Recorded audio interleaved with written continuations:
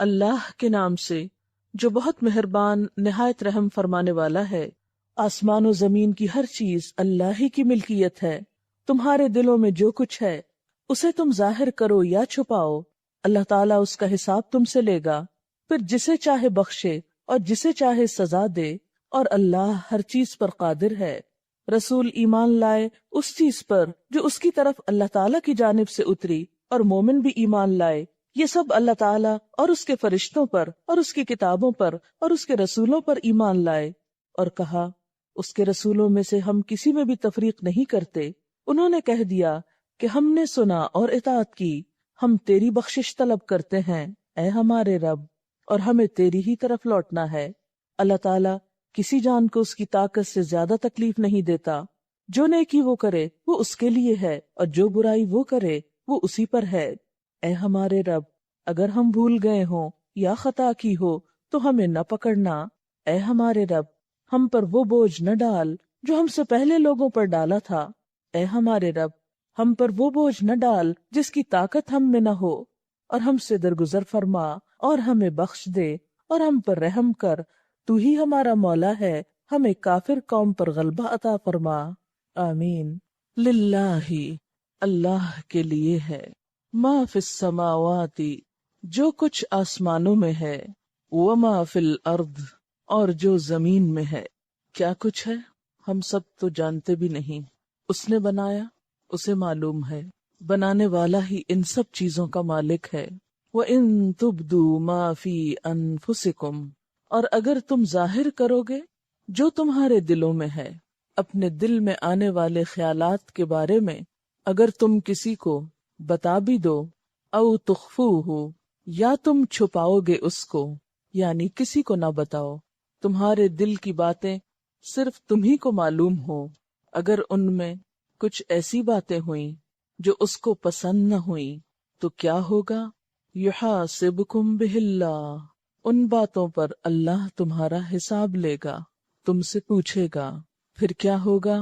فیغفر، پھر بخش دے گا، معاف کر دے گا، لمن یشاء، جس کو چاہے گا، ویعذب، اور عذاب دے گا، سزا دے گا، من یشاء، جس کو چاہے گا، واللہ، اور اللہ تعالی، علی کل شیء، ہر چیز پر، قدیر، قدرت رکھنے والا ہے۔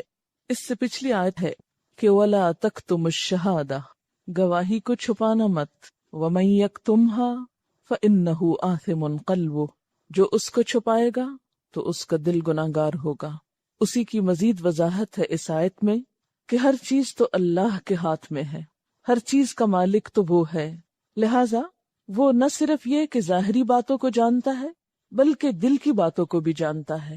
اس لیے اگر تم اپنے دل کی باتوں کو ظاہر کرو گے یا پھر انہیں چھپا لو گے، اگر وہ درست نہ ہوئی تو ان پر وہ حساب بھی لے سکتا ہے۔ حضرت علی رضی اللہ تعالیٰ عنہ فرماتے ہیں کہ جب یہ آیت نازل ہوئی تو اس نے ہمیں غمزدہ بنا دیا، ہمارے دل کو لگ گئی۔ ہم نے خیال کیا کہ اگر کسی کے دل میں گناہ کا خیال بھی آئے تو اس کا بھی حساب ہوگا۔ یعنی صحابہ کرام نے اس کا معنی کیا سمجھا کہ دل میں گزرنے والے ہر خیال پر پکڑ ہوگی، کہ پھر معلوم نہیں کہ اس کی معافی ہوگی یا نہیں۔ اور جیسا کہ سب جانتے ہیں نا کہ دل میں آنے والے خیالات پر تو بسا اوقات انسان کا بس نہیں ہوتا، وہ ہمارے کنٹرول میں نہیں ہوتے، وہ تو آتے ہی چلے جاتے ہیں۔ تو یہی چیز صحابہ کرام کے دل میں گزری کہ اگر دل کی باتوں پہ پکڑ ہونے لگی پھر تو ہم بچ نہیں سکتے۔ چنانچہ صحابہ کرام آپ صلی اللہ علیہ وسلم کے پاس آئے اور اپنی یہ فکر اور پریشانی آپ سے کہی۔ آپ صلی اللہ علیہ وسلم نے فرمایا، کہو ہم نے سنا اور ہم اطاعت کرتے ہیں، سمعنا و اطعنا۔ صحابہ کرام نے ایسا ہی کہا تو پھر آمن الرسول سے لے کر اگلی 2 آیات نازل ہوئیں، اور اس میں کیا آیا؟ لا یکلف اللہ نفسا الا وسعها، اللہ تعالیٰ کسی شخص کو تکلیف نہیں دیتا مگر اس کی وسعت کے مطابق، یعنی اگر کسی کے بس میں نہیں کسی وسوسے کو کنٹرول کرنا، کسی خیال کو روکنا، تو اس پر پکڑ نہیں ہوگی۔ بنیادی طور پر اگر ہم غور کریں تو ہمارے سامنے یہ بات آتی ہے کہ ہمارے دل میں آنے والے خیالات 2 طرح کے ہوتے ہیں۔ ایک غیر اختیاری جن پر ہمارا کچھ بس اختیار نہیں ہوتا، کیونکہ دماغ ایک ایسی چیز ہے یا دل ایسی چیز ہے جو ہر وقت کام کرتی، سوتے میں بھی اور جاگتے میں بھی کچھ نہ کچھ خیالات کا تانا بانا ہر وقت لگا ہی رہتا ہے۔ تو کچھ ایسے خیال ہوتے ہیں کہ جو ہماری مرضی، ارادے، کسی نیت کے بغیر ہی آتے چلے جاتے، ہم انہیں روک بھی نہیں سکتے، ہم ان کو اپنے اندر سے بسا اوقات نکال بھی نہیں سکتے۔ وہ بعض اوقات وسوسہ ہو سکتے ہیں جس میں اللہ تعالیٰ کے بارے میں، اس کے نیک بندوں کے بارے میں، اس کے احکامات کے بارے میں کوئی برا خیال دل میں آ جائے۔ انسان ساتھ ساتھ توبہ توبہ کرتا ہے، لیکن وہ خیال ہے کیسے بجلی کے کرنٹ کی طرح اگر ہاتھ پڑ گیا تو اس نے پکڑ ہی لیا، آپ کو چھوڑنے کو نہیں مانتا۔ تو ایسے خیالات جن پر انسان کا کوئی ارادہ اور اختیار نہیں، ان پر پکڑ نہیں۔ دوسری قسم کے خیالات وہ خیالات ہیں جو انسان کے ارادے اور اختیار پر مبنی ہیں، چاہے تو انہیں دل میں رکھے، چاہے تو نکال دے۔ پکڑ ایسے ہی خیالات پر ہے۔ غیر اختیاری، غیر ارادی، قدرتی طور پر آنے والے خیالات اور جن میں وسوسہ بھی ہے۔ تو جب آپ صلی اللہ علیہ وسلم سے اس کے بارے میں پوچھا گیا، سئل رسول اللہ صلی اللہ علیہ وسلم عن الوسوسۃ، آپ صلی اللہ علیہ وسلم سے وسوسے کے بارے میں پوچھا گیا کہ جو دل میں برا خیال آ جاتا ہے تو اس کا کیا ہو، یہ کیا چیز ہے؟ کیونکہ صحابہ میں سے بعض نے یہ بھی کہا تھا کہ ہمارے دل میں بعض اوقات اتنا برا خیال آ جاتا ہے کہ ہمارا جی چاہتا ہے کہ ہم جل کے کوئلہ ہو جائیں، لیکن وہ خیال نہ ہم کو آئے، مگر پھر بھی ہمارا بس ہی نہیں چلتا اس پر، ہمارے نہ چاہنے کے باوجود وہ آتا چلا جاتا ہے۔ تو آپ صلی اللہ علیہ وسلم نے جواب میں کیا فرمایا؟ فقال تلک صریح الایمان، یہ صریح ایمان کی علامت ہے، یعنی یہی تو ایمان ہے، کیونکہ چور اور ڈاکو وہیں پر تو آتے ہیں جہاں کچھ مال و دولت ہوتا ہے، تو وسوسے اسی دل میں آئیں گے جہاں کوئی ایمان ہوگا، جہاں کوئی خیر ہوگی۔ تو ایمان بھی ایک بہت بڑی دولت ہے نا، اس لیے جہاں ایمان ہوگا، جہاں نیکی کا شوق ہوگا، جہاں کوئی خیر اور بھلائی کی چیز ہوگی، شیطان وہیں آئے گا اور آ کے دل کو برا کرے گا۔ نہیں نہیں، چھوڑو چھوڑو، یہ تم کیا کر رہے ہو؟ مثلاً آپ کا دل چاہ رہا ہے آپ کوئی اچھا کام کریں، لیکن شیطان کو کب پسند ہے کہ آپ کوئی اچھا کام کریں؟ تو وہ آپ کو آ کر اس اچھے کام کے بارے میں کوئی شک ڈال دے گا، کوئی فائدہ نہیں اس کا، وہ فلاں نے کیا تھا، اس کو بڑا نقصان ہوا تھا، تو نتیجہ کیا ہوگا؟ آپ وہیں بیٹھ جائیں گے۔ اسی لیے قل اعوذ برب الناس میں کیا پناہ مانگی گئی ہے؟ من شر الوسواس الخناس، وسوسہ ڈالنے والے کے شر سے اللہ تو مجھ کو بچا، جو پلٹ پلٹ کے دل میں خیال ڈالتا ہے۔ الذی یوسوس فی صدور الناس، جو لوگوں کے دل میں، انسانوں کے دل میں وسوسے ڈالتا ہے۔ من الجنۃ والناس، ایسے وسوسے بسا اوقات جنات کی طرف سے ہوتے ہیں، اور جن سے مراد یہاں شیطان ہے، اور بسا اوقات انسانوں کی طرف سے بھی ہوتے ہیں، کیونکہ آپ نے دیکھا ہوگا کہ کئی دفعہ آپ بہت اچھا کام کرنا چاہتے ہیں، لیکن اتنے میں آپ کی ملاقات کسی ایسے انسان سے ہو جاتی ہے جو اس اچھے کام کے بارے میں آپ کا ارادہ اور نیت بدلا دیتا ہے۔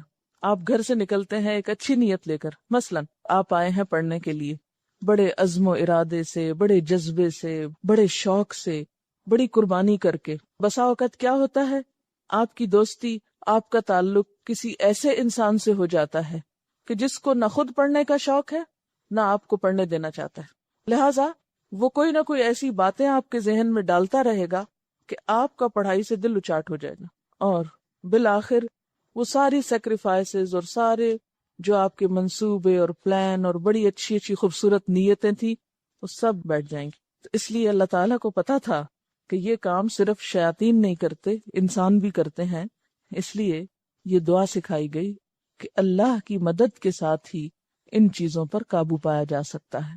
پھر اسی طرح غیر اختیاری خیالات جو ہیں، جو ہماری مرضی سے نہیں آتے، ان کے بارے میں نبی صلی اللہ علیہ وسلم نے فرمایا، ان اللہ تجاوز لی عن امتی ما وسوست به صدورها ما لم تعمل او تتکلم، متفق علیہ۔ اللہ تعالیٰ نے میری امت سے جی میں آنے والی باتوں کو معاف کر دیا ہے، دل میں آنے والے خیالات کو معاف کر دیا ہے، البتہ ان پہ پکڑ اس وقت ہوگی جب ان پہ عمل کیا جائے، یا جن کا اظہار زبان سے کر دیا جائے۔ یعنی اگر آپ کے دل میں کوئی برا خیال آ رہا ہے اور آپ کہتے ہیں ادھر آؤ میں تم کو سناؤں، آپ اس کو بول دیتے ہیں. مثلاً آپ کے دل میں نعوذ باللہ کوئی کفریہ خیال آ رہا ہے، اللہ تعالیٰ کی ذات کے بارے میں کوئی بدگمانی آ رہی ہے، اللہ معاف کرے اس چیز سے بچائے، یا کسی انسان کے بارے میں آ رہی ہے، تو جب تک وہ دل میں بغیر ارادے اور بغیر نیت کے آ رہی ہے چیز، اللہ تعالیٰ اس کو معاف کر دے گا.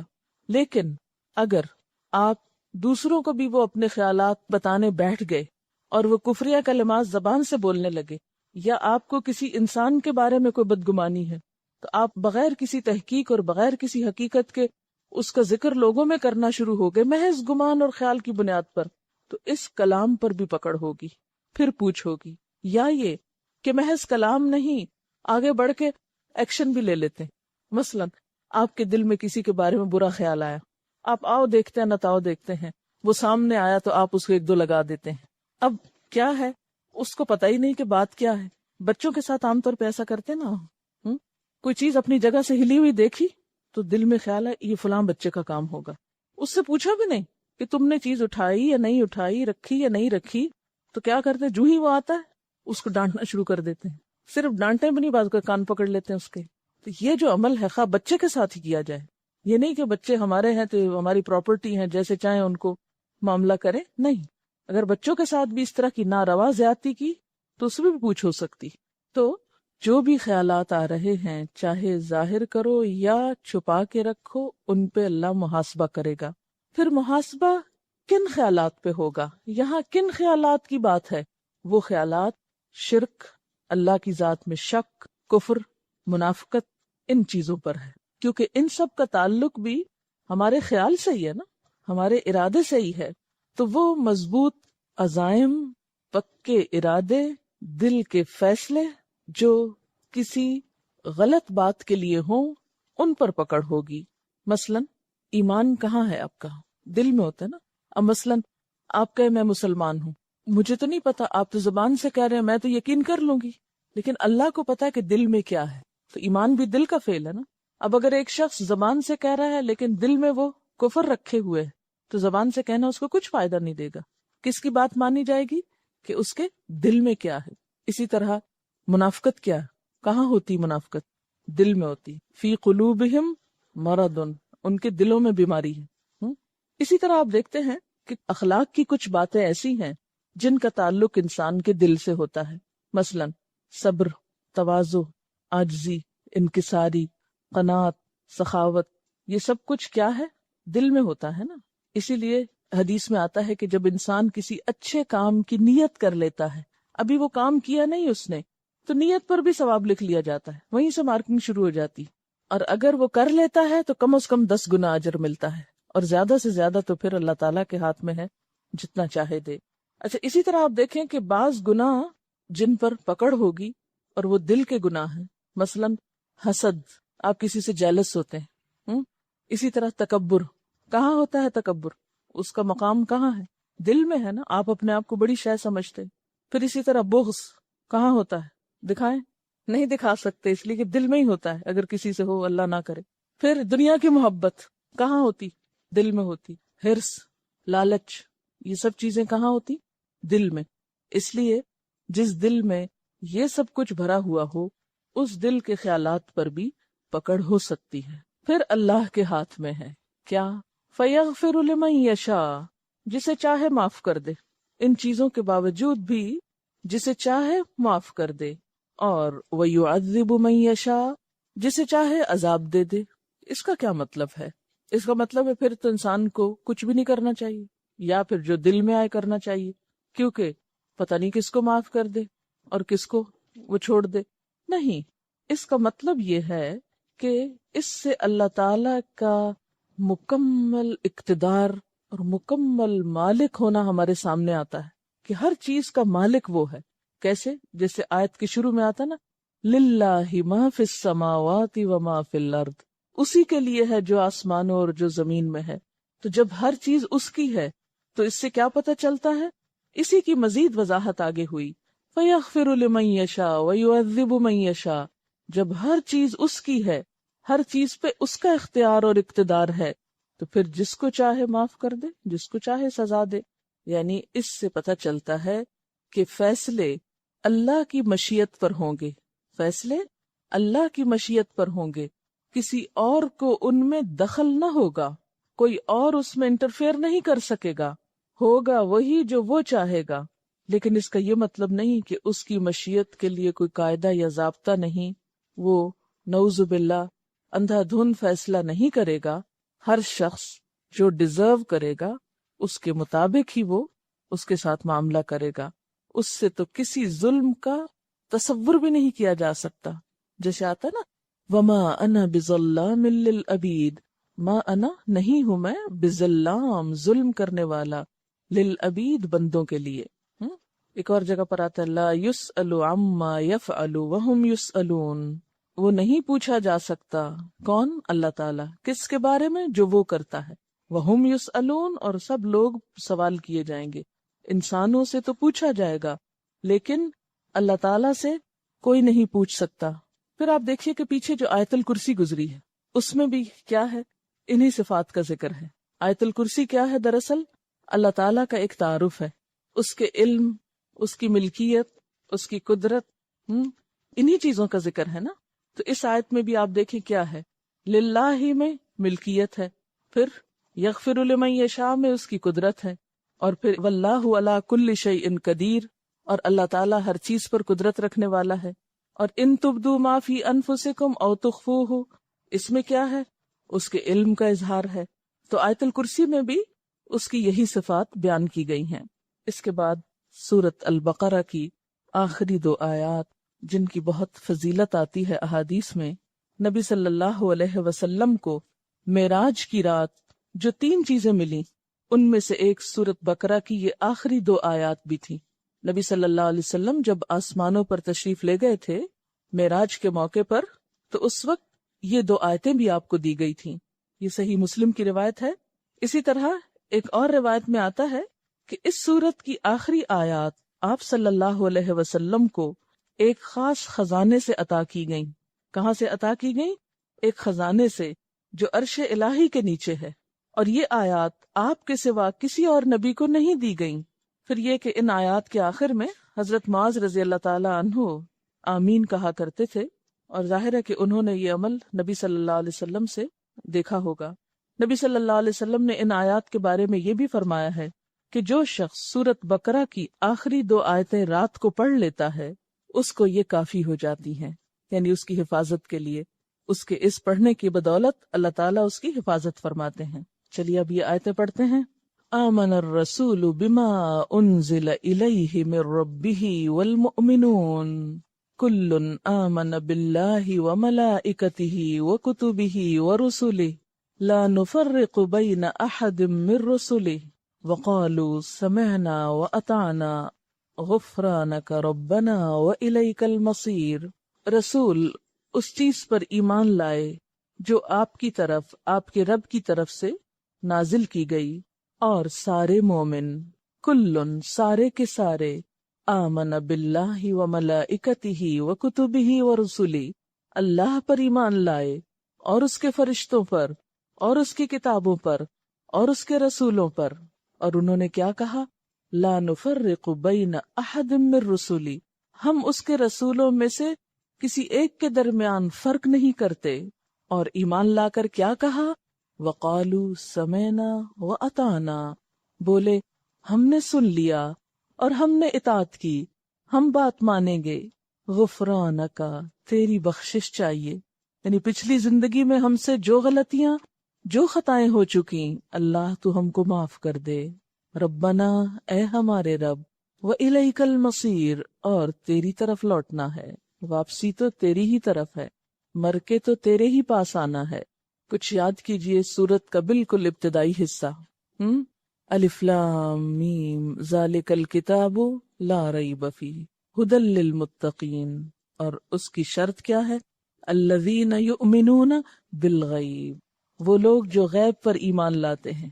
وہاں اس کتاب سے ہدایت پانے کے لیے پہلی خصوصیت جو بتائی گئی تھی وہ ایمان بالغیب تھا، اور اسی کی تفصیل سورت کے آخر میں، وہاں اشارہ تھا، یہاں ڈیٹیل ہے کہ ایمان بالغیب کیا ہوتا ہے۔ کس ایمان بالغیب کی بات ہے، اس میں کیا کیا چیزیں شامل ہیں. وہاں آپ کو ایک بات بار بار یاد دلائی گئی تھی کہ متقی وسیع النظر ہوتا ہے، وسیع القلب ہوتا ہے، اس کے اندر کوئی تعصب نہیں ہوتا، اس کے اندر تنگ دلی نہیں ہوتی، لہذا وہ صرف ظاہر نظر آنے والی چیزوں کو ہی نہیں مانتا بلکہ غیب پر بھی ایمان رکھتا ہے. دیکھیں نا، جو تنگ دل ہوگا وہ تو صرف 2 اور 2 4 کو مانے گا، اس کے سامنے 2 اور 2 5 نہیں ہو سکتے، وہ ریجڈ ہوگا. لیکن مومن وسیع نظر ہوتا ہے، اس کی نظر میں بصیرت ہوتی، وہ صرف ظاہر میں نہیں دیکھتا، پردے کے پیچھے بھی دیکھ سکتا ہے، اور یہ دیکھنا ایمان کا دیکھنا ہے. اور یہاں سورت کے اختتام پر کیا بتا دیا گیا کہ پیغمبر صلی اللہ علیہ وسلم اور آپ کے ساتھیوں نے ایمان لا کر یہ واضح کر دیا کہ ہم یہ سب کچھ مانتے ہیں. اور خاص طور پر شروع میں کہا گیا تھا یؤمنون بالغیب، بیچ میں بہت سے احکامات دیے، آخر میں پھر اس کی تکرار کے بعد کہا سمعنا و اطعنا، ہم نے اس صورت میں آنے والے تمام احکامات سن لیے. ہم تو مانتے بھی نہیں کہ ہم نے سنا ہے. اور صحابہ کرام کو حضور صلی اللہ علیہ وسلم نے جب پریشانی ہوئی کہ ہماری پکڑ ہو جائے گی تو اس وقت کہا کہ آپ کو سمعنا و اطعنا، انہوں نے فوراً ہی کہہ دیا. لیکن ہم سن کے بھی سنتے نہیں، مشکل یہ ہے. سمعنا، ہم نے سن لیا جو کچھ اللہ پاک نے ان 286 آیات میں ہم کو بتایا اس سورت البقرہ میں، سب کچھ سن لیا ہم نے. اب ہم کریں گے کیا؟ یہود کی طرح یا ایمان والوں کی طرح؟ یہود نے کیا کہا تھا؟ سمعنا و عصینا، ہم نے سن لیا، ماننا کوئی نہیں. ہم نے ذرا دل ٹٹولے اپنے، کیا سوچتے ہیں ان سب باتوں کے بارے میں جو آپ سن چکے؟ اقسام بر بہت سی سن چکے. ہم نے سن لیا، اب ہمیں کیا کرنا ہے؟ اطعنا، ہم اب اطاعت کریں گے، اب ہمیں عمل کرنا ہے. ہم ان لوگوں کی طرح نہیں جو تعصب برتتے ہیں، صرف اپنے رسولوں کو مانتے ہیں، صرف اپنی کتابوں کو مانتے ہیں اور دوسرے انبیاء کا انکار کرتے ہیں. نہیں، ہم تو کسی کے درمیان فرق بھی نہیں کرتے. لا نفرق بین احد من رسلہ، ہم اللہ کے رسولوں میں سے کسی کے درمیان تفریق نہیں کرتے، سب کو رسول مانتے ہیں. پھر آپ دیکھیے کہ یہاں پر جو تفصیل بتائی گئی وہ کیا ہے. آمن الرسول، کتنا خوبصورت آغاز ہے نا، کہ بتانے والا سب سے پہلے خود ایمان لا رہا ہے. یہ نہیں کہا گیا کہ صرف مومن ایمان لائیں، بلکہ آمن الرسول، رسول صلی اللہ علیہ وسلم ایمان لائے. کس چیز پر؟ اس پر بما انزل الیہ، جو آپ کی طرف نازل کی گئی. سورۃ البقرہ کے شروع میں والذین یؤمنون بما انزل الیک، الیک سے مراد کیا تھا؟ آپ صلی اللہ علیہ وسلم. تو یہاں پر بھی کیا ہے کہ پیغمبر خود ایمان لائے جو آپ کی طرف آپ کے رب نے اتارا تھا. آمن الرسول بما انزل الیہ من ربہ، کیونکہ جب تک بتانے والا خود پوری طرح کنونس نہ ہو، خود ایمان نہ رکھتا ہو، خود اس کا شرح صدر نہ ہو، خود اس بات کی تصدیق نہ کرتا ہو جو وہ دوسروں کو بتا رہا ہے، تو اس کے بتانے میں بھی وہ کنونسنگ پار نہیں ہوتی، تاثیر نہیں ہوتی. تو قول اور فعل کا تضاد جو ہے یہ بہت ناپسندیدہ چیز ہے اللہ تعالیٰ کے نزدیک، کہ انسان کہے کچھ کرے کچھ. یا دوسروں کے لیے تو جیسے یہود کے بارے میں آیا اتأمرون الناس بالبر وتنسون انفسکم، ان کے علماء یہی کر رہے تھے نا. لیکن نبی صلی اللہ علیہ وسلم کی خوبی کیا بتائی گئی کہ جو آپ کی طرف اتارا گیا اس کو پہلے آپ نے خود مانا. آمن الرسول بما انزل الیہ من ربہ والمؤمنون، اور سارے مومن وہ بھی ایمان لے آئے. کلن، سارے کے سارے، آمنا ایمان لائے. کس چیز پر؟ باللہ، سب سے پہلے اللہ پر. اب یہ ایمان کی تفصیل ہے، اس کو کیا بولتے ہیں؟ ایمان مفصل. کلن آمن باللہ، سب ایمان لائے اللہ پر، وملائکتہ، اور اس کے فرشتوں پر، وکتبہ، اور اس کی کتابوں پر، ورسلہ، اور اس کے رسولوں پر. یہاں 4 چیزوں کا ذکر کیا گیا، 2 چیزیں یہاں ذکر نہیں کی گئیں. ایک تو آخرت کی بات اور ایک تقدیر کی بات. جب ہم ایمان مفصل پڑھتے ہیں تو کیا کرتے ہیں؟ آمنت باللہ و ملائکتہ و کتبہ و رسلہ والیوم الآخر والقدر خیرہ و شرہ من اللہ تعالی والبعث بعد الموت، یوں بولتے ہیں۔ تو والقدر خیرہ و شرہ من اللہ تعالی، کہ اچھی بری تقدیر، انسان کو ملنے والی بھلائی برائی سب اللہ کی طرف سے ہوتی ہے۔ والبعث بعد الموت، اور موت کے بعد دوبارہ جی اٹھنے پر بھی میں ایمان لاتا ہوں۔ ان دو کا تعلق بھی ایمان بالغیب ہی سے ہے، لیکن یہاں خاص طور پر جن چیزوں کا ذکر کیا گیا اس کا تعلق ہدایت سے ہے، ان میں ایک لنک ہے۔ آپ دیکھیے ہمارے پاس ہدایت کیسے پہنچی؟ اللہ تعالی کی طرف سے آئی، آمن باللہ، کس کے ذریعے آئی؟ و ملائکتہ، کیا لے کر آئے؟ و کتبہ، کس پر لائے؟ و رسلہ، ٹھیک ہے۔ تو اگر یہاں یہ بھی ذکر کیا جاتا والقدر خیرہ و شرہ والبعث بعد الموت، تو آپ دیکھتے کلام کا حسن ختم ہو جاتا، اس کی یہاں ضرورت نہیں تھی، کیونکہ یہاں موقع نہیں ہے اس کا۔ اللہ تعالیٰ نے کوئی بات نہ زائد کی ہے اور نہ کوئی اہم بات چھوڑی ہے، ہر چیز کی ایک حکمت ہے۔ یہ الگ بات ہے کہ ہم اپنے چھوٹے دماغ ہونے کی وجہ سے وہ نہ سمجھ سکیں۔ تو کوئی شخص بھی عمل کر نہیں سکتا، کسی کا بھی عمل بدل نہیں سکتا جب تک اس کے ایمان کے اجزاء پورے نہیں ہوتے۔ مثلا ان میں سے اگر کوئی شخص کسی ایک چیز کا بھی انکار کر دے، یا ان چیزوں میں سے کسی ایک چیز کے کسی حصے کا بھی انکار کر دے، تو بات بگڑ جائے گی۔ مثلا اللہ تعالیٰ پر ایمان تو ہے، فرشتوں پر بھی ہے، لیکن کہ میں جبریل سے عداوت رکھتا ہوں، جیسے پیچھے آپ نے پڑھا من کان عدوا لجبریل، یہود کہتے تھے ہماری جبریل سے دشمنی ہے، تو کام خراب ہو جائے گا، ایمان میں رکھنا ہو جائے گا، سوراخ ہو جائے گا۔ اسی طرح وکتبہ، اگر کوئی کہے میں سب کتابوں کو مانتا ہوں سوائے قرآن پاک کے، تو معاملہ بگڑ جائے گا۔ ورسلہ، اگر کوئی شخص سب رسولوں کو مانے لیکن حضور صلی اللہ علیہ وسلم کو نہ مانے تو ایمان مکمل نہیں ہوتا۔ اسی لیے ہم دیکھتے ہیں کہ بہت سے لوگ ایسے ہیں یہود و نصارہ میں سے جو اللہ کو مانتے ہیں، فرشتوں کو مانتے ہیں، کتابوں کو مانتے ہیں، رسولوں کو مانتے ہیں، لیکن ایک رسول اور ایک کتاب کو نہیں مانتے، جس کی وجہ سے وہ ہدایت سے بہت دور ہیں۔ وہ اس عظیم ترین خزانے سے فائدہ اٹھانے سے محروم رہ گئے، حالانکہ یہ کتاب جو ہمارے پاس ہدایت کے لیے آئی، ذالک الکتاب لا ریب فیہ ھدی للمتقین، یہ ان تمام کتابوں کا لیٹسٹ اور کمپلیٹ ایڈیشن تھا۔ کیونکہ پچھلی کتابوں کے تو صرف ترجمے باقی ہیں، اصل تو باقی ہی نہیں۔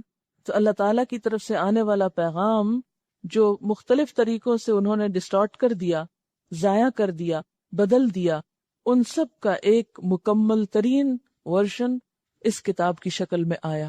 اب اگر کوئی شخص ادھوری چیزوں کو لے کر بیٹھا ہوا ہے اور مکمل چیز کو نہیں لے رہا تو وہ اپنا ہی نقصان کر رہا ہے۔ اسی لیے وہ لوگ ہدایت سے دور رہے، وہ اس خزانے سے دور رہے۔ لیکن اہل ایمان نے کیا کیا؟ لا نفرق بین احد من رسلی، ہم اس کے رسولوں میں سے کسی کے درمیان فرق نہیں کرتے۔ والذین یؤمنون بما انزل الیک وما انزل من قبلک، وہ لوگ جو ایمان لاتے ہیں ساتھ اس کے جو آپ کی طرف اتارا گیا اور جو آپ سے پہلے اتارا گیا۔ وسیع النظر، وسیع القلب، وسیع ذہن کے مالک، کھلے دل کے لوگ جن کو ماننے میں کچھ بھی مشکل نہیں۔ اچھا، رسولوں میں فرق کیسے ہوتا ہے؟ مثلا کسی کو اللہ کا رسول مانا جائے اور کسی کو مانا ہی نہ جائے، ایک تو یہ طریقہ ہوتا ہے۔ دوسرا یہ کہ ان کے درجہ نبوت میں فرق کیا جائے، کیونکہ نبی ہونے میں تو سب برابر ہیں، لیکن یہ جو بات ہے کہ بعض پر فضیلت رکھتے ہیں، تو اس میں اور اس بات میں کنٹرڈکشن نہیں، کیونکہ فضیلت اللہ تعالیٰ نے دی ہے، ان کے اعمال اور ادوار کے اعتبار سے ان میں فضیلت تو ہے، لیکن ایمان لانے کے اعتبار سے کسی میں بھی کوئی فرق نہیں، کیونکہ پیچھے آپ پڑھ چکے نا تلک الرسل فضلنا بعضهم علی بعض۔ اور پھر بین احدن، احد تو ہوتا ہے ایک، تو بین احدن کیا ہو گیا؟ بین کا کیا مطلب ہوتا ہے؟ درمیان، تو درمیان تو دو چیزوں کے ہوتا ہے، ایک کا کیا مطلب ہوا؟ بات یہ ہے کہ احد کا لفظ سنگولر بھی ہے پلورل بھی، اس کی جمع نہیں ہوتی۔ اگر جمع یوز کرنا ہے تو احد ہی یوز کرنا پڑے گا، یہ زبان کا ایک چھوٹا سا اسلوب ہے۔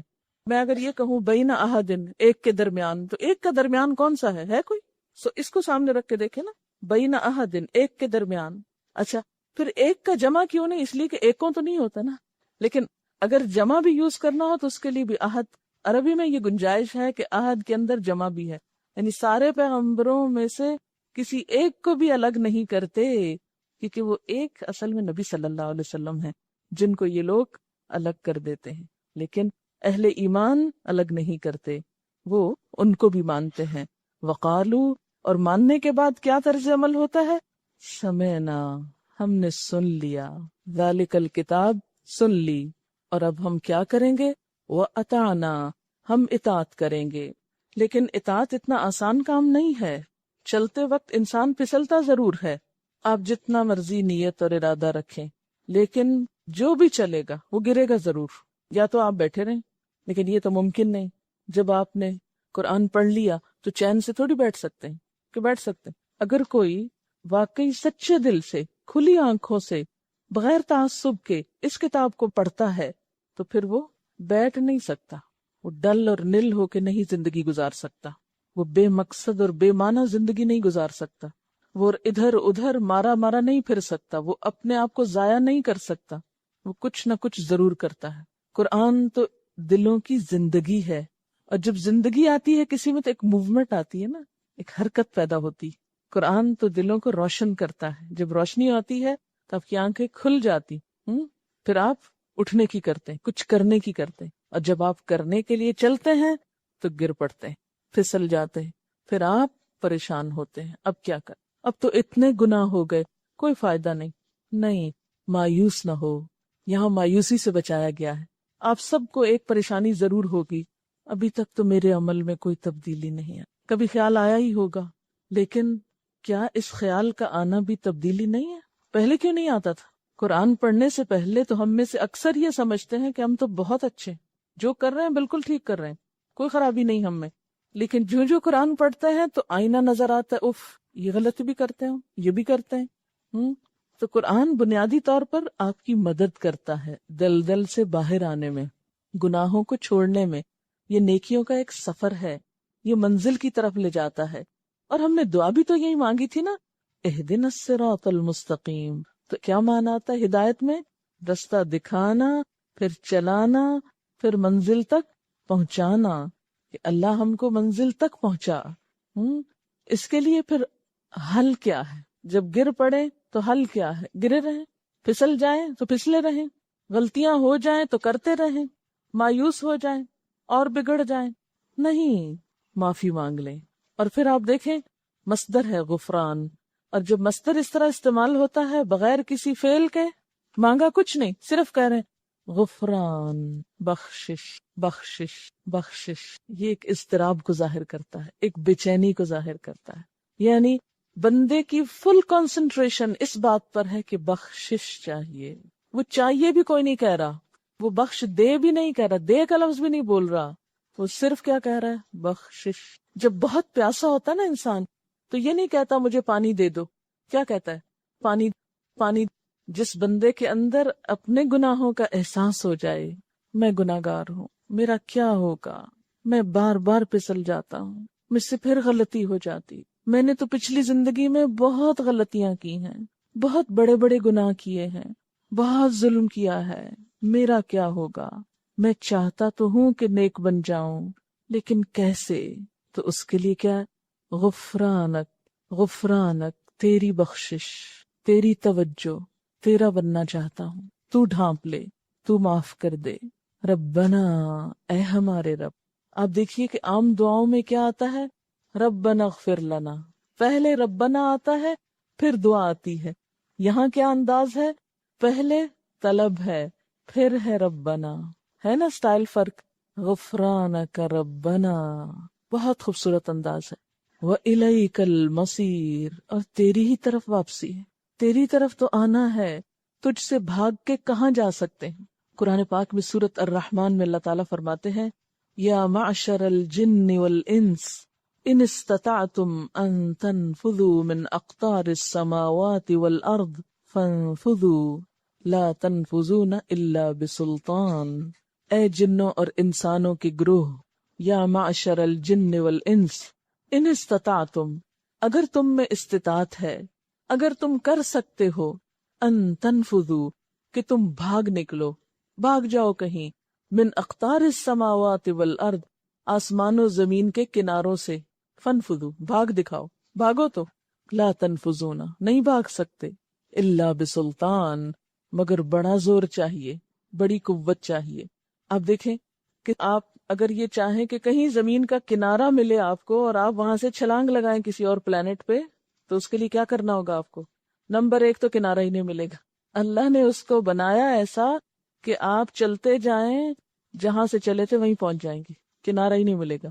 نمبر 2، اگر آپ کنارے کے بغیر نکلنا چاہیں، جیسے اسپیس شٹل نکلتی ہے، تو کبھی اٹھتے ہوئے دیکھا اس کو کس طرح نکلتی ہے؟ وہ زمین کا جب مدار وہ چھوڑتی ہے اور چاند میں داخل ہوتی ہے، تو اس کا اٹھنا آپ نے دیکھا کبھی؟ کتنا زور اور کتنی قوت اور کتنی انرجی چاہیے ہوتی ہے۔ اس میں ایک بات تو یہ ہے کہ نکل تو سکتے ہیں، زمین سے نکل سکتے ہیں، آسمان سے نہیں نکل سکتے۔ یعنی زیادہ سے زیادہ ہم کیا کریں گے؟ زمین سے اٹھ کے آسمان کی طرف چلے جائیں گے، تو اس سے کیا فائدہ؟ للہ ما فی السماوات وما فی الارض، اللہ کے لیے ہے جو زمین میں اور جو آسمان میں۔ زمین سے نکل کے بھاگو گے بھی، یہاں سے نکل کے چاند پہ جا بیٹھو گے تو چاند بھی اللہ کا ہے، وہاں پکڑ لے گا۔ مریخ پہ جاؤ گے، وہاں بھی پکڑ لے گا۔ کہاں جاؤ گے؟ ہے کوئی راستہ، کوئی گوشہ، کوئی جگہ جہاں اللہ کی ذات نہ ہو، جہاں اس کی پکڑ سے چھوٹ سکو اور بچ سکو؟ کوئی نہیں۔ تو پھر بھاگنے کی کوشش نہ کرو، نافرمانی نہ کرو، کیا کرو؟ پلٹ آؤ۔ توبہ کس چیز کا نام ہے؟ پلٹ آنے کا۔ اللہ بہت غلطیاں کر لیں، بہت نافرمانیاں کر لیں، بہت ظلم کر لیا، اپنی جان پہ بھی اور دوسروں کے اوپر بھی، اب مجھے معافی چاہیے، غفرانک، تیری معافی چاہیے، تجھ سے چاہیے، تو نظر کرم فرما۔ اور غفرانہ کا لفظ غافرہ سے ہے، جس کا معنی ہوتا ہے ڈھانپ دینا، چھپا دینا۔ اللہ ہمارے قصور چھپا دے، ہمارے گناہوں کی گندگی کا ڈھیر چھپا دے، کسی کو نظر نہ آئے، کوئی اور نہ دیکھ لے، کسی کو نہ پتا چلے۔ کیونکہ انسان جب چھوٹی سی غلطی بھی کرتا ہے یا کوئی بڑی غلطی کرتا ہے تو فوراً کیا کرتا ہے؟ اس کو چھپانے کی کوشش کرتا ہے۔ مثلا آپ نے دیکھا ہوگا بچے جب کبھی کچھ توڑ دیتے ہیں تو پھر کیا کرتے ہیں؟ چھپے پھرتے ہیں، اور آپ بازو کا ڈھونڈتے کدھر گیا بچہ، مل کیوں نہیں رہا؟ تو کسی دروازے کے پیچھے چھپا ہوا۔ اس وقت آپ سوچتے ہیں، سینس کرتے اس نے کچھ کیا ہے، تب یہ چھپ رہا ہے۔ پھر آپ پوچھتے کیا کیا ہے؟ جو کہتا ہے گلاس ٹوٹ گیا۔ تو بالکل اسی طرح انسان کی بھی یہ فطرت ہے کہ غلطی کرنے کے بعد کیا چاہتا ہے؟ اس غلطی کا پتہ نہ چلے کسی کو، چھپ جائے یہ۔ تو اللہ تعالیٰ سے پھر کیا مانگتا ہے؟ اللہ ڈھانپ دے، غفرانک، ڈھانپ دے، معاف کر دے، ہمارے قصور چھپا دے، وَإِلَيْكَ الْمَصِيرُ، واپسی جو تیری طرف ہے، آنا جو تیرے پاس ہے، پوچھ جو ہوگی، حساب جو ہوگا۔ لا یکلف اللہ نفسا، نہیں تکلیف دیتا اللہ کسی نفس کو، کسی جان کو۔ یکلف، کاف لام فے، تکلیف دینا، بوجھ ڈالنا۔ اللہ کسی جان پہ بوجھ نہیں ڈالتا، الا مگر، وسعہا، اس کی وسعت کے مطابق۔ واو سین عین، وسع، وسعت، قوت، علم، عقل، مال، وقت، زندگی اور دیگر تمام صلاحیتیں وسعت کہلاتی ہیں۔ یعنی انسان کو جو کچھ ملا ہے یہ سب انسان کے لیے ایک وسعت ہے، یعنی کہاں تک انسان جا سکتا ہے۔ دیکھیں نا، قوت کی بھی ایک لمٹ ہوتی ہے، اس سے آگے آپ کے پاس طاقت نہیں۔ علم کی بھی ایک لمٹ ہے، اسی طرح عقل کی، آپ کی انٹیلیجنس کی، مال کی، وقت کی، زندگی کی، ہر چیز کی ایک لمٹ ہے نا، ایک حد سے زیادہ آگے جا کے ختم ہو جاتا ہے۔ تو ہر شخص کو جتنی قوت، علم، عقل، مال وغیرہ ملا ہے وہ کیا ہے دراصل؟ اس کی وسعت۔ تو ہر انسان کو اتنی ہی تکلیف دی جائے گی، اتنا ہی اس سے پوچھا جائے گا، یا اس پر اتنی ہی ذمہ داری ڈالی جائے گی جتنی اس کے پاس طاقت ہے۔ مثلا ایک شخص کھڑے ہو کے نماز نہیں پڑھ سکتا تو اس سے حساب نہیں ہوگا۔ اس کا حساب کس میں ہوگا؟ کہ بیٹھ کے پڑھی تھی کہ نہیں۔ ایک شخص جانتا ہی نہیں، پتہ ہی نہیں اس کو، اور اس لیے نہیں پتا کہ اس کو پتا کرنے کا موقع ہی نہیں ملا، کیونکہ ہم نے اس کا غلط معنی لیا نا کہ پتہ ہی نہیں کرتے۔ یہ نہیں اس کا معنی۔ یعنی اس کو موقع ہی نہیں ملا کہ پتہ کرے، اس کے پاس علم ہی نہیں. وہ پیدا ہوا کہیں افریقہ کے گھنے جنگلوں میں جہاں دن کو سورج کی روشنی بھی نہیں آتی تھی. کہاں اس کے پاس کتابیں اور اسکول اور علم کی روشنی جو آپ کے پاس ہے. تو اب اس کا حساب اور آپ کا برابر تھوڑی ہوگا. آپ کو تو اتنی فیسلٹیز ملی، اتنے چانسز ملے، تو اس کا حساب اس کی وسعت کے مطابق کہ اس کو کیا ملا، اس کے پاس کیا پہنچا. پھر اسی طرح عقل، ایک شخص بہت سمجھدار ہے اور ایک شخص دیوانہ ہے، اب دونوں کا حساب برابر تھوڑی ہوگا. ایک شخص مجنون ہے، پاگل ہے، اب اس کا حساب تو نہیں ہوگا. لیکن ایک شخص ذہین ہے، سمجھدار ہے، کتنی سمجھ کی لمٹ ہے یہ اللہ جانتا ہے، اتنی ہی سمجھ کے مطابق اس کا حساب ہوگا جتنی اس کی وسعت ہے. کسی کو اگر اگر عقل کو تولا جا سکتا ہوتا تو مثلاً کسی کو اگر 1 چھٹانک عقل ملی ہے تو اس کا حساب 1 چھٹانک کے اندر ہے، اور کسی کو 1 کلو ملی ہے تو وہ اس کے مطابق پوچھا اور جانچا جائے گا. پھر اسی طرح مال، کوئی فقیر ہے کسی کٹیا میں رہتا ہے، اس سے تو نہیں پوچھا جائے گا زکوٰۃ کیوں نہیں دی، اور ایک شخص ملینئر ہے، اس کا حساب اور طرح ہوگا. اسی طرح وقت، ایک شخص بہت مصروف ہے اور مصروفیت بھی کسی جائز کام میں ہے، اس کا حساب اور طرح ہے.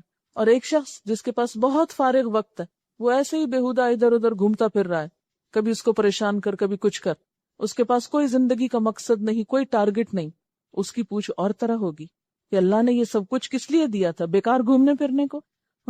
تو وقت بھی کس کے پاس کتنا ہے. زندگی کے مختلف اوقات میں مختلف وقت ہوتے ہیں. مثلاً آپ میں سے جو بچیاں ہیں ان کے پاس وقت زیادہ ہوتا ہے مثلاً پڑھنے کے لیے، اس لیے ان کی پوچھ بھی اور طرح ہونی چاہیے. جو خواتین ہیں آپ میں، ان کے اوپر شوہر کی ذمہ داریاں ہیں، اس کو بھی خوش رکھنا، بچوں کی ذمہ داریاں ہیں، پھر رشتہ داریاں ہیں، کیونکہ جو بچیاں ان کے تو سارے کام ان کی مائیں کر دیتی، رشتہ داروں سے بھی نبھا لیتی ہیں، ادھر ادھر سب کچھ کر لیتی، بلکہ پکا کے کھلا بھی دیتی. آپ میں سے جو شادی شدہ خواتین ہیں ان کو تو جا کے پکانا بھی ہے، کھلانا بھی ہے، اگر پکا ہوا بھی ہو تو اس کو دیکھنا ہے کہ سب کو کس طرح دیا جائے یا کس طرح مینج کیا جائے. گھر کی ذمہ داریاں بھی ہیں، پھر عمر کا تقاضا بھی ہے، پھر اب ذہن بھی اس طرح کام نہیں کرتا. تو کتنا فرق ہے دونوں میں. اب دونوں کے ساتھ ایک جیسا معاملہ تو نہیں ہو سکتا. تو ہر انسان کے ساتھ وہی معاملہ ہوگا جس کی اس میں استطاعت ہے. پھر اسی طرح زندگی جو ہے یہ ہر ایک شخص کو مختلف ملی. کوئی 13 سال کی عمر میں فوت ہو جاتا ہے، کوئی ایک پیدا ہوتے ہی فوت ہو جاتا ہے، کوئی 100 سال کی زندگی پاتا ہے. تو اب جو بچپن میں ہی فوت ہو گیا اس کا حساب کیا ہوگا؟ اس کا تو حساب نہیں ہوتا، کیونکہ جب تک ایک بچہ بالغ نہیں ہوتا اس کا حساب نہیں ہے. تو جن کو لمبی عمر ملی تو انہوں نے اپنے لیے نیکیاں بھی زیادہ اکٹھی کی، اور اگر خدا نہ خواستہ غلط کام کیے تو گناہ بھی بہت اکٹھے کیے. تو لا یکلف اللہ نفسا الا وسعها، اللہ تکلیف نہیں دیتا کسی نفس کو، کسی جان کو، مگر اس کی وسعت کے مطابق. وسعت کس کس چیز میں؟ قوت میں، علم میں، عقل میں، مال میں، وقت میں، زندگی میں، صحت میں، وغیرہ وغیرہ. صحت کا لفظ میں نے اس لیے اضافہ کر دیا کہ بعض لوگ بہت اچھی ہیلتھ کے مالک ہوتے، بہت ایکٹیو ہوتے، بہت قوت رکھتے، ان کا حساب اور طرح. کچھ لوگوں کی صحت بہت خراب ہوتی، ہر وقت بیمار رہتے ہیں، کسی نہ کسی مشکل میں گرفتار رہتے ہیں. اب اگر ان کی نماز میں کچھ آگے پیچھے تاخیر ہو گئی، کئی لوگ سلیپنگ پلز لے کے سوتے ہیں، اس کے بغیر سو ہی نہیں سکتے. اب وہ اگر صبح نہیں اٹھ پاتے تو اس کا یہ مطلب تو نہیں کہ نماز معاف ہے ان کی، لیکن یہ ہے کہ ان کو اگر ہوش ہی نہیں تو ان کا معاملہ اور ہے. اور ایک شخص صحت مند ہے، وقت پہ سویا ہے، اور صرف کسل مندی کی وجہ سے نہیں اٹھ رہا صبح، تو اس کا معاملہ کچھ اور ہے. تو اللہ تعالیٰ جب انسانوں کے درمیان فیصلہ کرے گا تو صرف یہ نہیں دیکھا جائے گا کہ کون کیا لے کر آیا، یہ بھی دیکھا جائے گا کون کن حالات میں کیا لے کر آیا، کون کن حالات میں کیا لے کر آیا، کس کو میں نے دیا کیا تھا اور اس میں اس نے کیا کیا، اس کا استعمال کیا ہوا. لہا ما کسبت، اس کے لیے ہے جو اس نے کمایا. کسب کس کو کہتے ہیں؟ کاف سین بے، کسبہ کا مطلب ہوتا ہے ہاتھ کی کمائی. یعنی کوئی شخص اپنے ہاتھ سے جو کماتا ہے اس کا فائدہ اسی کو جاتا ہے. یعنی اگر کوئی شخص اپنے لیے کوئی اچھے کام کرتا ہے تو اس کا فائدہ وہ خود پائے گا، لیکن شرط کیا ہے؟ وہ کام اس نے خود کیا ہو. اس سے یہ بات پتہ چلتی کہ جس چیز میں انسان کی نیت اور کوشش شامل نہیں ہوتی اس کو اجر بھی نہیں ملتا، اس کا اسے کوئی فائدہ نہیں ہوتا. محض تمنائیں اور آرزویں، اچھا یہ ہو جائے وہ ہو جائے، اس سے کوئی فائدہ نہیں جب تک آپ کچھ کرنے کی نیت نہ کریں، اور پھر صرف نیت کر کے ہی نہ بیٹھے رہیں، اٹھ کر کچھ کرنے کی کوشش نہ کریں۔ یہ الگ بات ہے کہ کوشش کے باوجود ہوا نہیں تو آپ کو نیت کا ثواب مل جائے گا۔ اچھا، پھر آپ سوچ رہے ہوں گے شاید کہ صدقہ جاریہ پھر کیا ہوا؟ وہ انسان خود تو نہیں کر رہا ہوتا، بعد میں آنے والے لوگ کر رہے ہوتے ہیں۔ کیا کیا ہوتا ہے صدقہ جاریہ؟ انسان کی اولاد، انسان کا مال، انسان کا علم، یہ تین چیزیں انسان کے لیے صدقہ جاریہ بنتی۔ اب آپ مجھے بتائیے کہ یہ صدقہ جاریہ کیسے بن گئی؟ اولاد کام کر رہی ہے، ثواب ماں باپ کو جا رہا ہے۔ ابھی تو میں نے کہا تھا جب تک نیت اور ارادہ شامل نہ ہو اور کوشش شامل نہ ہو، اور جیسے کہا گیا لہا ما کسبت، تو فائدہ کچھ نہیں۔ اولاد انہی والدین کے لیے صدقہ جاریہ ہوتی ہے جو اس کی اچھی تربیت کرتے ہیں، جو کوشش کرتے ہیں کہ ہمارے بچے دین پر ہوں۔ مال اسی شخص کے لیے صدقہ جاریہ بنتا ہے جس کے لیے انسان نے کوشش کی ہو، محنت سے حلال کمائی کا کمایا ہو اور پھر اسے نیکی کے کام میں لگایا ہو۔ کیونکہ پیچھے آپ پڑھ چکے نا کہ اللہ تعالیٰ صدقہ قبول نہیں کرتے جب تک کہ وہ حلال کمائی سے نہ ہو، حرام کا صدقہ نہیں قبول ہوتا۔ لہٰذا اگر کوئی شخص اپنے ہاتھ کی کمائی سے یا اپنی ملکیت کے مال سے، بعض مال آپ خود نہیں کماتے، مثلاً شوہر نے آپ کو حق مہر دیا، تب آپ نے کمایا تو نہیں، لیکن یہ کہ آپ کی ملکیت ہے یہ، یا ماں باپ سے کچھ وراثت میں مل گیا، تو چونکہ ماں باپ پر آپ کا کچھ حق ہوتا ہے تو وہ مال آپ کو اس رشتے کے عوض یا خون کے تعلق کے عوض مل گیا، لیکن آپ خود مالک ہیں اس کے، اس مال کو آپ نے کسی اچھے کام میں لگایا، وہ آپ کے لیے صدقہ جاریہ ہوگا۔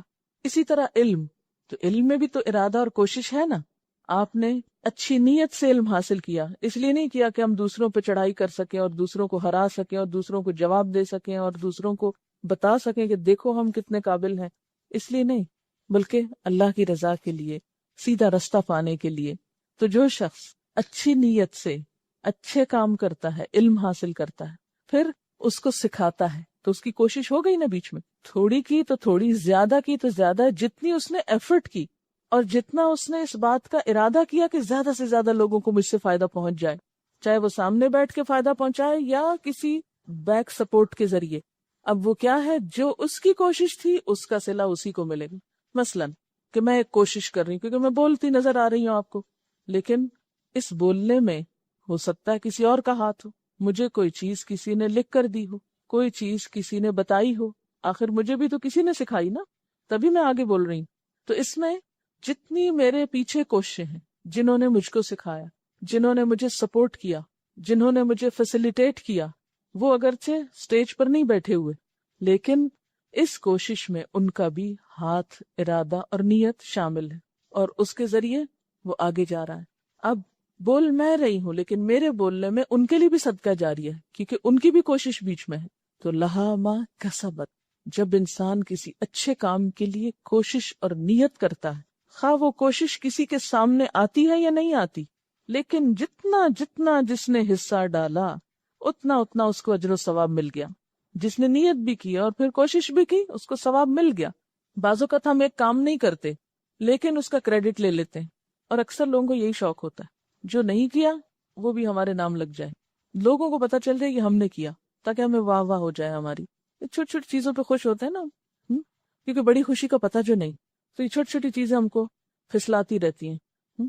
تو یاد رکھیں، یہ جو صدقہ جاریہ کا کانسیپٹ ہے، اس کے اندر بھی دراصل چھپی ہوئی کوشش ہی شامل ہوتی ہے انسان کی۔ جس کی تھوڑی کوشش اس کا تھوڑا صدقہ جاریہ، جس کی زیادہ کوشش اس کا زیادہ صدقہ جاریہ۔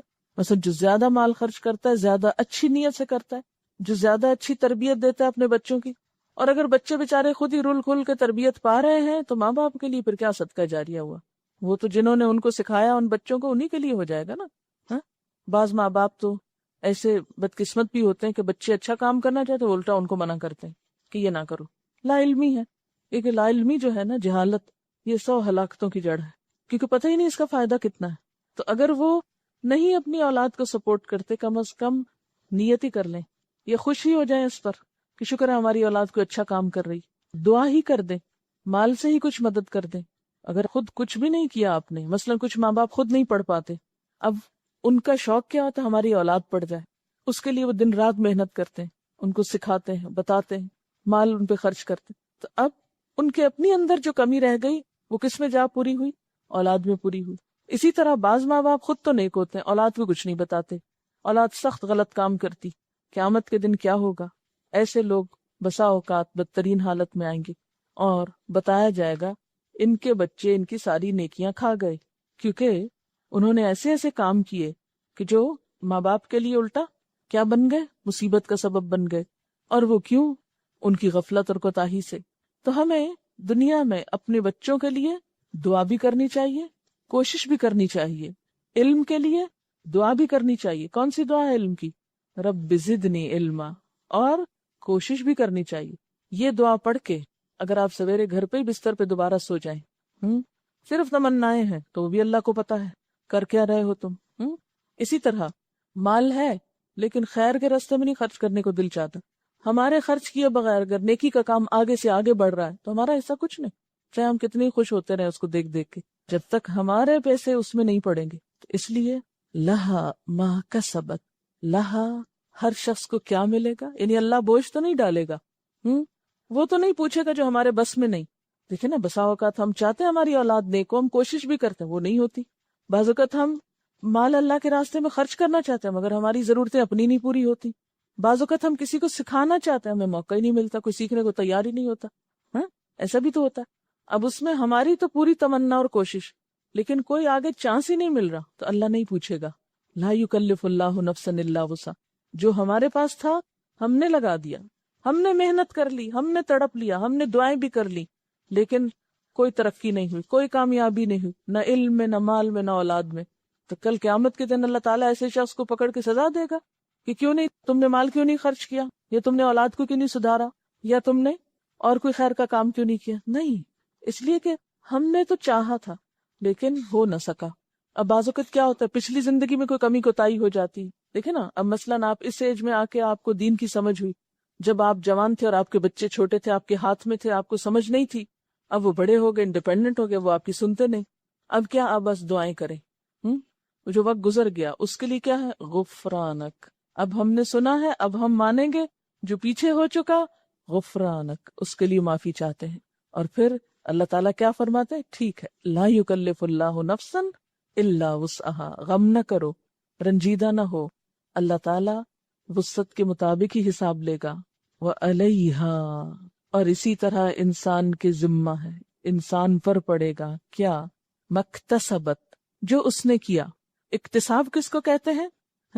کسبہ اور اکتسبہ کا روٹ ایک ہی ہے۔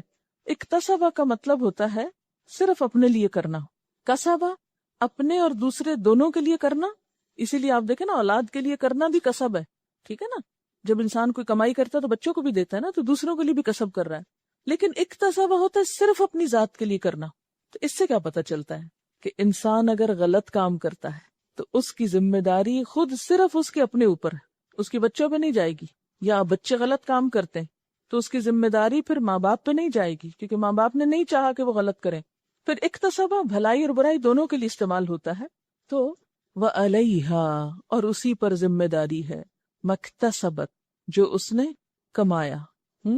اکتسبہ اہتمام سے کمانے کے لیے بھی آتا ہے، یعنی صرف ارادہ ہی نہیں کیا برا، بلکہ کر بھی لیا غلط کام، تو اس کی ذمہ داری پھر اس پر ہوگی، اس کی بھی پوچھ ہوگی، اس کی بھی پکڑ ہوگی۔ تو ایصال ثواب نیکی میں تو ہو سکتا ہے، گناہ میں نہیں ہوتا۔ اب مثلاً ہم یہ نہیں کر سکتے کہ یا اللہ یہ جو میری غلطیاں ہیں یہ میرے بچوں میں بانٹ دینا، ایسے نہیں ہوگا۔ مال تو ہم دے سکتے ہیں ان کو، نیکی کی تربیت دے سکتے ہیں، ہاں اگر غلط باتوں کی تربیت دیں گے جان بوجھ کے، اس کی پھر پوچھ ہوگی۔ لیکن یہاں اس بات کا بنیادی مقصد کیا ہے؟ جو کرو گے وہ بھگتو گے، مکتسبت۔ اس لیے پھر دعا کیا مانگی گئی؟ ربنا، اے ہمارے رب، لا تؤاخذنا، نہ تو مواخذہ کرنا ہمارا، آخذہ سے حمزہ خیزال، گرفت کرنا، کسی غلطی کو پکڑنا، یا اللہ تو ہماری غلطیوں کو نہ پکڑنا۔ ان نسینا، اگر ہم بھولے، نون سین یہ نسیہ بھولنا، خواہ غفلت کی وجہ سے ہو یا حافظے کی کمزوری کی وجہ سے ہو یا کسی بھی اور وجہ سے، یا اللہ جو بھول چوک ہم سے ہو جائے اس پہ ہم کو نہ پکڑنا، یعنی بلا ارادہ کوئی کام ہو جانا۔ او اخطأنا، یا ہم نے خطا کی، خطا غلطی، اس کی 2 صورتیں ہوتی ہیں. نمبر 1، جو چیز پسندیدہ نہ ہو، مستحسن نہ ہو، اس کا ارادہ کرنا اور کر گزرنا، ایسی خطا قابل گرفت ہے. اسی طرح دوسرا یہ کہ ارادہ تو اچھے فعل کا کیا لیکن غلطی سے اس کے خلاف ہو گیا، ایسی خطا قابل مواخذہ نہیں. نبی صلی اللہ علیہ وسلم نے فرمایا، رفع عن امتی الخطأ والنسیان، میری امت سے اٹھا لیا گیا کیا؟ خطا اور نسیان. یعنی نسیان کیا ہے کہ انسان بھول کر کوئی کام کر بیٹھے، یعنی کام اچھا کر رہا ہے لیکن وہ بھول گیا اور اس سے غلطی ہو گئی. اور خطا کیا ہے کہ ناسمجھی سے کسی کام کو غلط طور پہ کر لے. خطا ایک تو یہ ہوتی ہے نا کہ انسان کسی غلط چیز کا ارادہ کرے اور پھر کر بھی لے، اور دوسری کیا ہوتی ہے کہ ارادہ تو اچھی چیز کا تھا لیکن ناسمجھی سے غلط ہو گیا. تو اللہ ہم کو نہ پکڑنا کس میں؟ ان نسینا، اگر ہم بھول جائیں، او اخطأنا، یا ہم خطا کر بیٹھیں، ربنا، اے ہمارے رب، ولا تحمل، اور نہ بوجھ ڈال، علینا، ہم پر، اسرن، کوئی بوجھ. اسرن کا لفظ الف صاد رے سے ہے. اس کا معنی ہوتا ہے عہد، ذمہ داری، ایسا بوجھ جس کا اٹھانا دشوار ہو، بہت مشکل ہو، وہ بوجھ جو اٹھانے والے کو چلنے سے روک دے، جس کے اوپر آنے کے بعد انسان چل نہ سکے. یعنی یا اللہ ہم پر کوئی ایسی ذمہ داری، ایسی مشکل، ایسی پریشانی نہ ڈالنا کہ ہم تیرے راستے میں چل ہی نہ سکیں، تیری اطاعت ہی نہ کر سکیں. کیونکہ بعض اوقات انسان پہ ایسی ایسی آزمائشیں آتی، ایسی ایسی مصروفیات آ جاتی ہیں، یا معاشرے کے ایسے بندھن آ جاتے ہیں کہ انسان اچھا کرنا بھی چاہتا ہے تو کر نہیں پاتا. مثلا نبی صلی اللہ علیہ وسلم کے بارے میں قرآن پاک میں آتا ہے کہ آپ جب دنیا میں تشریف لائے تو آپ نے لوگوں کے اوپر سے کچھ بوجھ ہٹائے. وَيَدَعُ عَنْهُمْ إِصْرَهُمْ وَالْأَغْلَالَ الَّتِي كَانَتْ عَلَيْهِمْ، اور آپ نے ہٹایا ان سے ان کے بوجھوں کو اور ان بیڑیوں کو یا طوق کو جو انہوں نے خود پہ ڈالے ہوئے تھے. اس میں کس کی طرف اشارہ ہے؟ ان پابندیوں، ان رسموں کی طرف جو پچھلی کتابوں والوں نے یا پچھلے ادیان والوں نے اپنے اوپر ڈال رکھی تھی اپنی مرضی سے. جیسا کہ آگے آیا، مزید آیت کے اندر ہی وضاحت ہے، کما حملتہ، جیسا کہ تو نے ڈالا اس کو، علی الذین من قبلنا، ان لوگوں پر جو ہم سے پہلے تھے.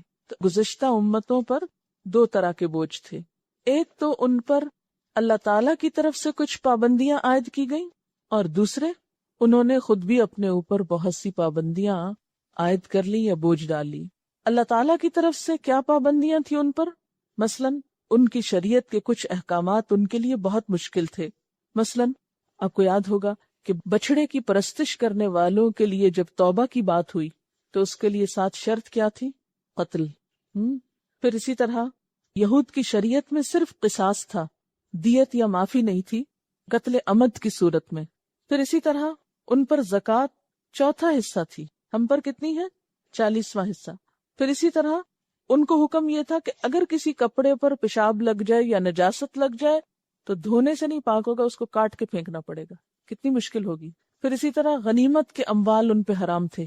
تو یہاں دعا کیا مانگی گئی کہ یا اللہ اپنے دین میں بھی ہمارے اوپر ایسی پابندیاں اور ایسے بوجھ نہ ڈالنا کہ جو ہم اٹھا نہ سکیں، جن پر ہم عمل نہ کر سکیں.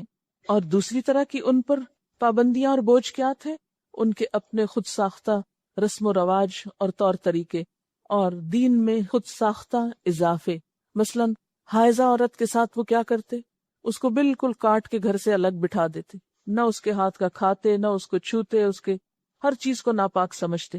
حالانکہ شریعت میں ان کو یہ پابندی نہیں دی گئی تھی مگر انہوں نے خود اپنے لیے پابندی کر لی. جیسا کہ قرآن پاک میں بھی آتا نا کہ وَلَٰكِنْ كَانُوا أَنفُسَهُمْ يَظْلِمُونَ، یہ لوگ اپنی جانوں پہ خود ظلم کرتے تھے. تو اللہ تعالیٰ ہمارے لیے ایسی پابندیاں نہ ہوں، ایسے بوجھ نہ ہوں جو ہم اٹھا نہ سکیں. پھر اسی طرح اس سے مراد یہ بھی ہے کہ یا اللہ مشکلات ایسی نہ ہوں کہ جن کی وجہ سے ہم تیرے رستے پہ نہ چل سکیں.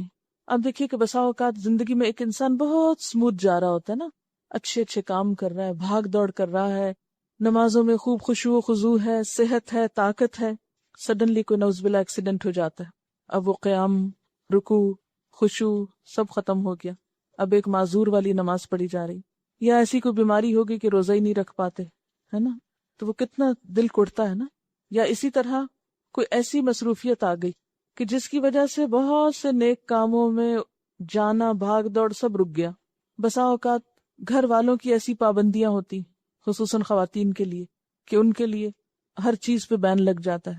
مثلاً ایک لڑکی ہے، شادی سے پہلے نیکی کے کاموں میں بڑھ چڑھ کے حصہ لے رہی ہے، ایسی جگہ شادی ہوئی، سسرال ایسے ملے کہ جن کو یہ سب باتیں سخت ناپسند ہیں، سب دینی دوستوں سے ملنا بند، اور بالکل جیسے تالاب سے مچھلی نکال کے پھینک دی جائے الگ تو وہ تڑپتی ہے.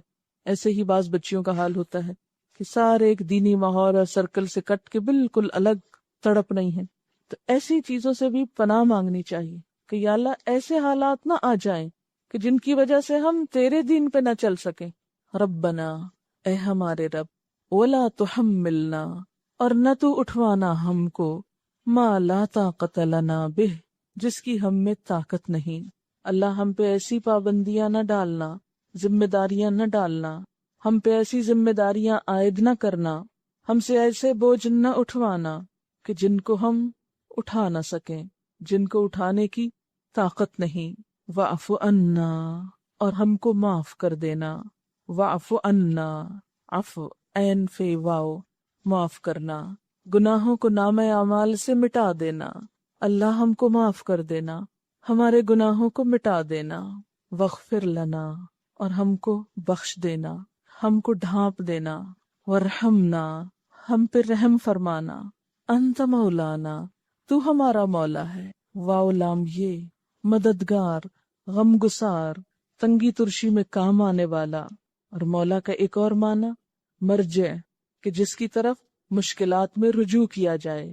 انت مولانا، تو ہمارا مولا ہے، تجھ سے ہم مدد مانگتے ہیں، تو مشکلات میں ہمارے کام آنے والا ہے، تیری ہی طرف ہم لوٹتے ہیں، تیری ہی طرف ہم رجوع کرتے ہیں.